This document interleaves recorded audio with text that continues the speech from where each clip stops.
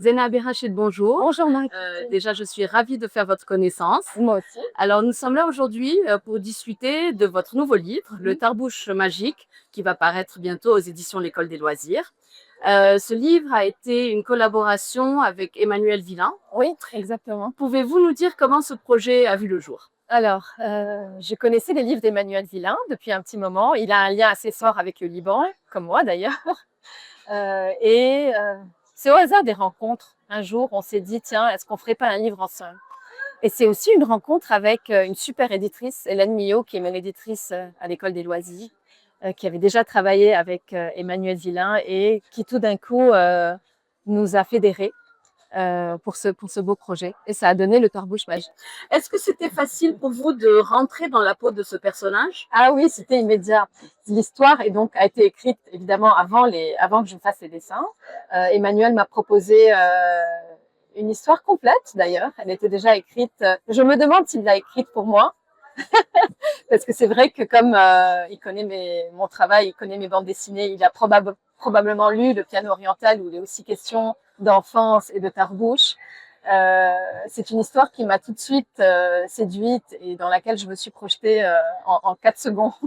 Donc c'est en effet l'histoire de la petite Zalfa qui vit qui est de passage chez ses grands-parents qui sont libanais et qui ont voilà comme tout le monde des petites manies, des souvenirs et sont très sympathiques et qui sont assez farceurs. Elles s'ennuient un peu chez eux et heureusement ce tarbouche va faire irruption dans son quotidien et je ne vais pas vous raconter la fin, mais c'est une série de petites aventures que la petite Zalfa va vivre avec ce tarbouche. C'est une manière de parler aussi du Liban en creux, c'est-à-dire à travers justement le tarbouche et d'autres éléments que je ne vais pas dévoiler.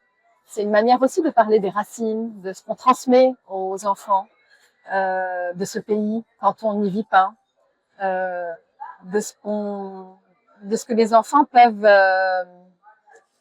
avec quoi les enfants peuvent jouer, qui appartient à leur identité libanaise et à ce pays qu'on aime tant. Comment vous adaptez justement votre identité au lectorat, au format? Est-ce que vous changez quelque chose? Est-ce que vous restez vraiment strictement fidèle à cette identité? Là, ce qu'il y a de particulier dans ce livre, c'est que c'est un livre qui est un format livre de poche. C'est la collection Mouche à l'École des loisirs. Donc, c'est pas un album qui se déplie. Il a moins d'ampleur, disons, au niveau du format que ce que je fais d'habitude. Donc, il fallait s'adapter à cette page qui, tout d'un coup, est plus étroite. Et c'est très intéressant. En réalité, souvent, les contraintes sont aussi source de créativité puisqu'il faut trouver des nouvelles solutions. Là, je me suis adaptée, oui, bien sûr, à l'histoire, puisque ce n'est pas, en général, j'écris et je dessine, donc les deux, le dessin et l'écriture partent du même élan.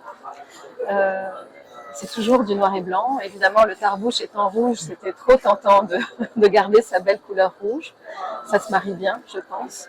Après, c'est une petite fille, voilà, qui est d'origine libanaise, donc elle peut avoir les cheveux bouclés, ce qui est un peu ma signature. Donc, je me suis autorisée à la dessiner comme je dessine en général les enfants dans mes bandes dessinées et dans mes livres en général, donc avec ces ressorts que vous voyez d'ailleurs ici. et, ça reste très graphique, noir et blanc et rouge, mais il n'y a pas de gris, il n'y a pas du tout de nuance entre le noir et le blanc, donc c'est graphique, c'est comme toujours les codes il y a des motifs, des rayures, des choses à poids. Enfin, vous allez voir, mais ça ressemble à ce que je fais en général. Et j'espère que ça accompagne au mieux le texte d'Emmanuel Villain. Si vous deviez là donner une ou deux raisons rapides pour lesquelles les enfants devraient lire ce livre, qu'est-ce que vous diriez? Le tarbouche, je pense que tout le monde sait ce que c'est. Mais est-ce qu'on a vraiment pris le temps de bavarder avec un tarbouche? Donc pour ça vaut le coup de lire ce livre. Parce que c'est un tarbouche qui est très facétieux, avec qui Zalfa va bavarder. Je ne vais pas tout vous raconter, mais enfin, il y a un dialogue assez savoureux. Et puis, pour ce que j'ai évoqué tout à l'heure, cette transmission entre eux d'une certaine identité, de tradition, même d'objets, qu'on a envie de garder avant pour ne pas qu'ils disparaissent. Ça me touche beaucoup. En tout cas, c'est un peu le fil conducteur de mon écriture, de mon travail en général. Je pense que c'est une bonne raison aussi de lire à haute voix, d'offrir ce livre à des enfants au Liban.